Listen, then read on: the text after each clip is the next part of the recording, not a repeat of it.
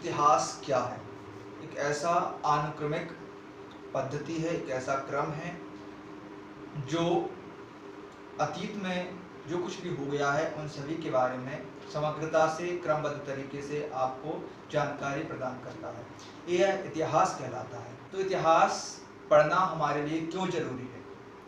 इतिहास को पढ़ करके, इतिहास को जान करके हम अपने वर्तमान को सुधार सकते हैं, इसलिए हमें इतिहास पढ़ना हमारे लिए आवश्यक है। इतिहास पढ़ने से हमारे देश में पहले अतीत में जो कुछ भी घटनाएं घटी हैं, महान लोगों ने जो कुछ भी किया है, जो कुछ भी गलतियां की हैं, उन गलतियों को दोबारा ना दोहरा जाए, उन गलतियों को से सीख करके उनके विचारों से कुछ नया सीख करके अपने समाज में एक नया परिवर्तन लाया जाए, इसलिए हमें इतिहास को पढ़ना जरूरी है। इतिहास हमारे मानसिक और बौद्धिक विकास को, हमारे ज्ञान को बढ़ाने में भी सहायता करता है, हमारे सोसाइटी में, हमारे समाज में एक नया परिवर्तन लाने का भी प्रयास करता है, इसलिए इतिहास को पढ़ना हमारे लिए जरूरी है।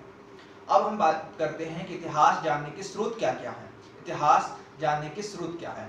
तो एक स्रोत है पुरातात्विक स्रोत और दूसरा स्रोत है साहित्यिक स्रोत।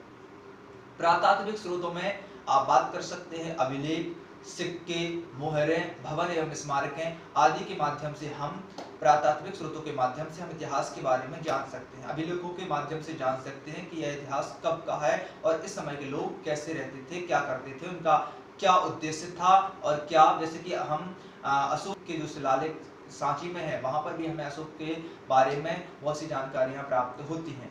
तो सिक्कों के द्वारा भी हमें जानकारी प्राप्त होती थी, जैसे हर्ष के सिक्के, हर्ष ने अपने टाइम पीरियड में सिक्के बनाए थे, कनिष्क ने सिक्के का प्रचलन किया था, कुषाणों के समय में सिक्के चलाए गए थे, तो उनके माध्यम से हमें भी उस इतिहास के बारे में समग्रता से जानकारी प्राप्त हो जाती है। और भवन एवं स्मारकों के माध्यम से हमें भी जानकारी प्राप्त हो जाती है कि यह किस शताब्दी का, किस वर्ष का इतिहास है।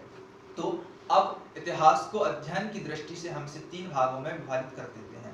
तो सबसे पहला इतिहास है प्रागैतिहासिक काल, जब मानव का उद्भव हुआ, मानव ने इस पृथ्वी पर अपने आप को विकसित किया, जब मानव आदि मानव के रूप में इस पृथ्वी पर विचरण करता था और आदि मानव के रूप में विचरण करते समय उसका जो दिमाग है, माइंड है, वो काफ़ी वीक था, कमजोर था और वह अन्य चीज़ों की तलाश में यहाँ वहाँ भटकता रहता था, यानी घुमंतु था, वह यहाँ वहाँ भटकता था। लेकिन समय के साथ उसके अंदर एक परिवर्तन आया, उसका माइंड विकसित हुआ और वह पेड़ों से उतर करके जमीन पर आया, 4 पैरों पर चलता था।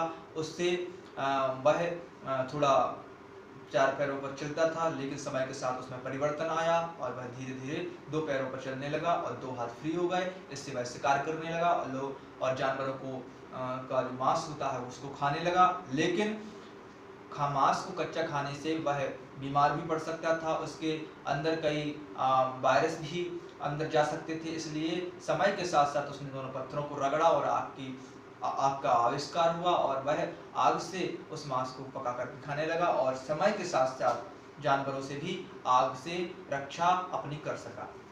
तो इसको हम 3 भागों में बांट देते हैं, प्रागैतिहासिक काल, आर्धैतिहासिक काल और ऐतिहासिक काल।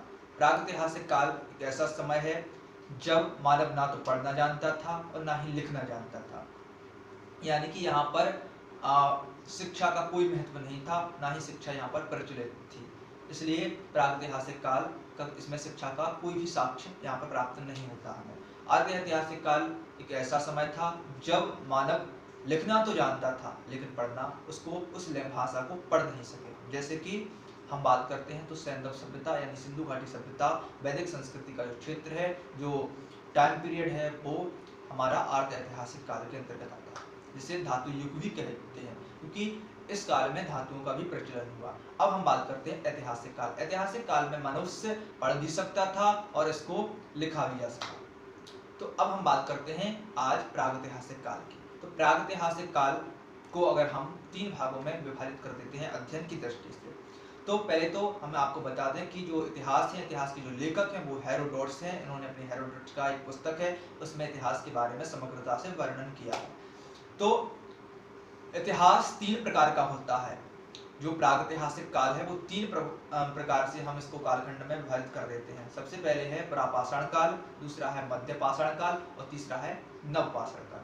यह जो कालखंड है यानी कि जो प्रारंभ से चलता है 3000 BC तक का जो कार्यकाल चलता है, ईसा पूर्व तक का कार्यकाल चलता है, तो इस कालखंड में पाषाण युगीन सभ्यता का प्रचलन था। यानी कि यह काल पत्थरों का काल था। पाषाण माने होता है पत्थर, तो यह काल जो है वो पत्थरों का काल था। तो पूरा पाषाण काल, मध्य पाषाण काल और नवपाषाण काल में पत्थरों का एक क्रम चलता रहा है। पत्थरों के आविष्कार किस तरह से हुए, पत्थर पहले छोटे थे, फिर उनको नुकीला किया गया, फिर उससे आगे करके और इसको डेवलप किया गया, अपने आप के अपने औजारों को विकसित किया गया।